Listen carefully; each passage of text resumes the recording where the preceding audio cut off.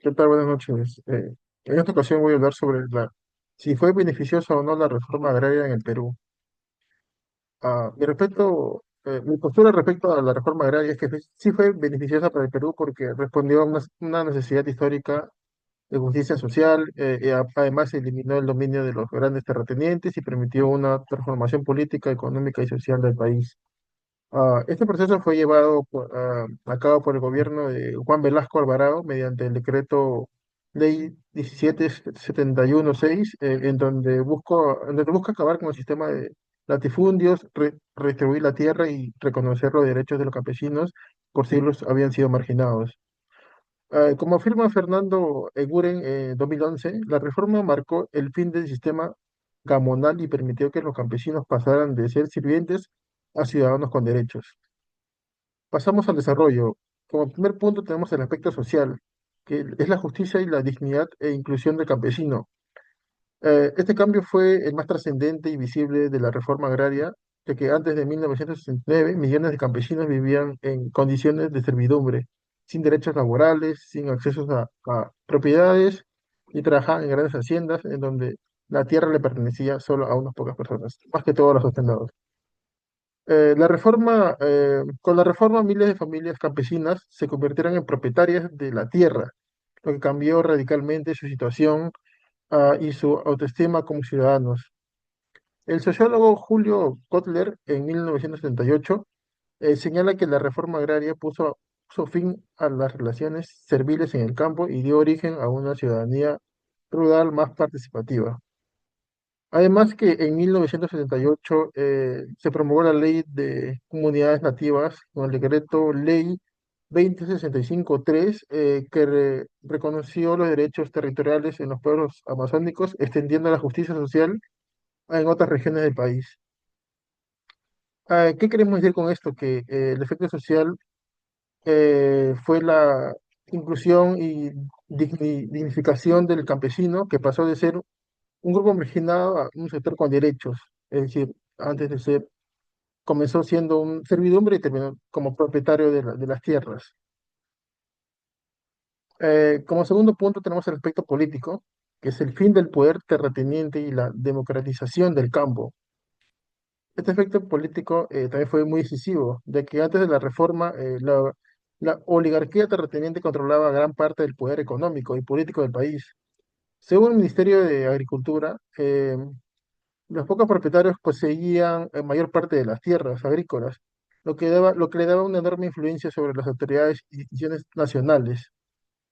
Con la promulgación de la ley 1771-6, el Estado expropió más de 9 millones de hectáreas de un aproximado entre 15.000 hacendados y entregó alrededor de 370.000 familias campesinas, según el Centro Peruano de Estudios Sociales. Estas acciones, estas acciones debilitaron el poder de la élite terrateniente y fortalecieron la participación política del campesinado, que empezó a organizarse en cooperativas y sindicatos como la Confederación Nacional Agraria, la CNA, que fue creada en 1974 aproximadamente. De acuerdo con el señor Fernando Eguren, en el 2011, la reforma eliminó la base económica de poder gamonal y permitió el surgimiento de un nuevo actor político, que es el campesino organizado. Como tercer aspecto tenemos el aspecto económico, en la redistribución de la tierra y el desarrollo rural.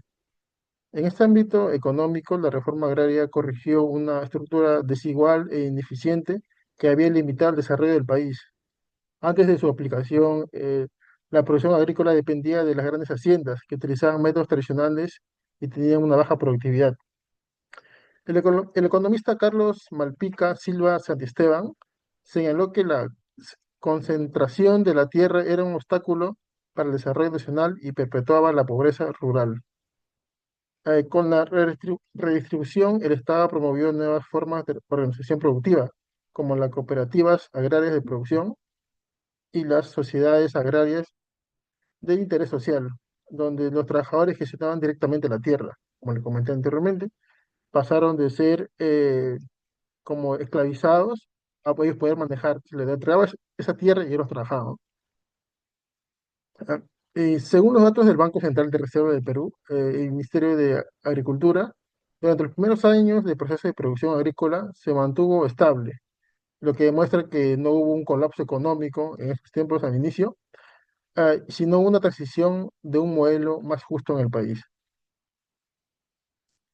En conclusión, en este aspecto, la reforma agraria fortaleció la economía rural y permitió una redistribución más equilibrada de los recursos agrícolas. Para terminar, cierro con la conclusión en donde estos hechos históricos confirman que la reforma agraria de 1969 fue beneficiosa para el Perú porque transformó profundamente su estructura social, política y económica. Especialmente trajo justicia e inclusión al campesinado, dividiéndole la dignidad y el acceso a la tierra, devolviéndole. También políticamente eliminó el poder de la oligarquía y democratizó la participación en el campo. Económicamente redistribuyó los recursos y generó una base más equitativa para el desarrollo nacional. Como afirma el señor Fernando Eguren, la reforma agraria fue el proceso social más importante del siglo XX en el Perú, porque cambió las relaciones de poder y abrió el camino hacia una sociedad más igualitaria. Por ello, mi postura se mantiene clara. La reforma agraria fue un proceso justo, necesario y beneficioso que marcó un antes y un después en la historia de nuestro país. Gracias.